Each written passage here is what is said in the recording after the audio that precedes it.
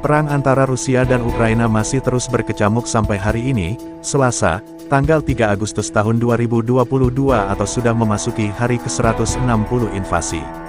Menurut berita terbaru, Amerika Serikat akan mengirimkan bantuan senjata baru ke Ukraina senilai 550 juta dolar AS.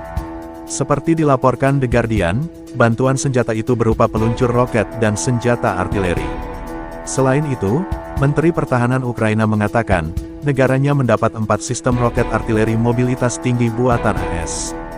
Di sisi lain, Amerika Serikat menuding Rusia telah memakai pembangkit listrik tenaga nuklir terbesar Ukraina sebagai perisai nuklir.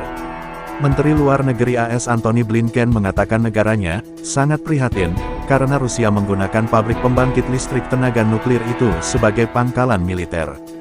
Dia menuding, Rusia telah menembaki pasukan Ukraina dari sekitarnya dan menyebut tindakan Rusia di sekitar pabrik itu sebagai tindakan yang tidak bertanggung jawab. Menurut laporan Bank Dunia, sejak invasi Rusia ke Ukraina, inflasi makanan telah melonjak di sebagian besar negara berkembang dan telah menjebak beberapa negara kaya dalam siklus kenaikan harga. Organisasi itu mengatakan perang akan melanda banyak negara dengan kenaikan tagihan makanan senilai lebih dari 1% dari pendapatan nasional tahunan (PDB), sementara yang lain akan gagal menahan dampaknya dan terjerumus ke dalam krisis utang besar-besaran. Al Jazeera melaporkan, Wali Kota Mykolaiv Oleksandr Senkevich mengatakan, ada lebih dari 12 serangan rudal Rusia yang menghantam rumah dan sekolah. Akibat kejadian itu, 2 orang dipastikan tewas dan 3 terluka. Gubernur Mykolaiv Vitaly Kim mengatakan, pengusaha gandum asal Ukraina bernama Oleksiy Vadatursky dan istrinya tewas di rumah mereka. Dia adalah pendiri dan pemilik perusahaan pertanian Nibulon.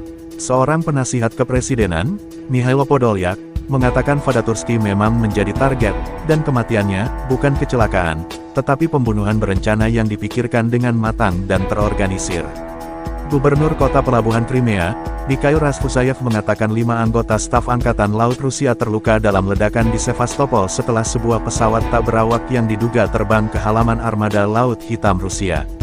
Serangan di Sevastopol bertepatan dengan Hari Angkatan Laut Rusia, yang ditandai dengan pengumuman Presiden Vladimir Putin bahwa Angkatan Laut akan menerima rudal jelajah hipersonik Zirkon, tangguh, dalam beberapa bulan mendatang.